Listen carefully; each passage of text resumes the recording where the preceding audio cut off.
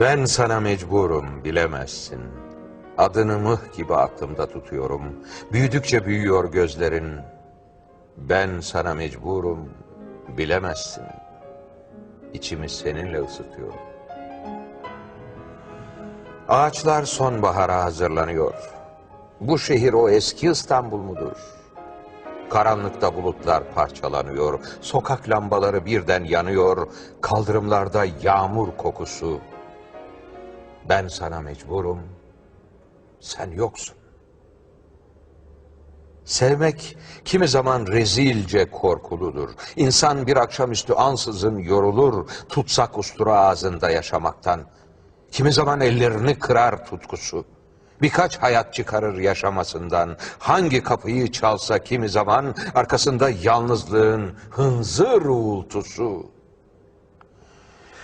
Fatih'te yoksul bir gramofon çalıyor. Eski zamanlardan bir cuma çalıyor. Durup köşe başında deliksiz dinlesem, sana kullanılmamış bir gök getirsem, haftalar ellerimde ufalanıyor. Ne yapsam, ne tutsam, nereye gitsem, ben sana mecburum, sen yoksun. Belki Haziran'da mavi benekli çocuksun. Ah, seni bilmiyor kimseler, bilmiyor. Bir şilep sızıyor ıssız gözlerinden. Belki Yeşilköy'de uçağa biniyorsun. Bütün ıslanmışsın, tüylerin ürperiyor. Belki körsün, kırılmışsın, telaş içindesin.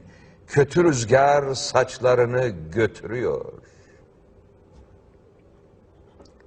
Ne vakit bir yaşamak düşünsem, bu kurtlar sofrasında belki zor, ayıpsız fakat ellerimizi kirletmeden ne vakit bir yaşamak düşünsem, sus deyip adınla başlıyorum. İçim sıra kımıldıyor gizli denizlerin. Hayır, başka türlü olmayacak. Ben sana mecburum, bilemezsin.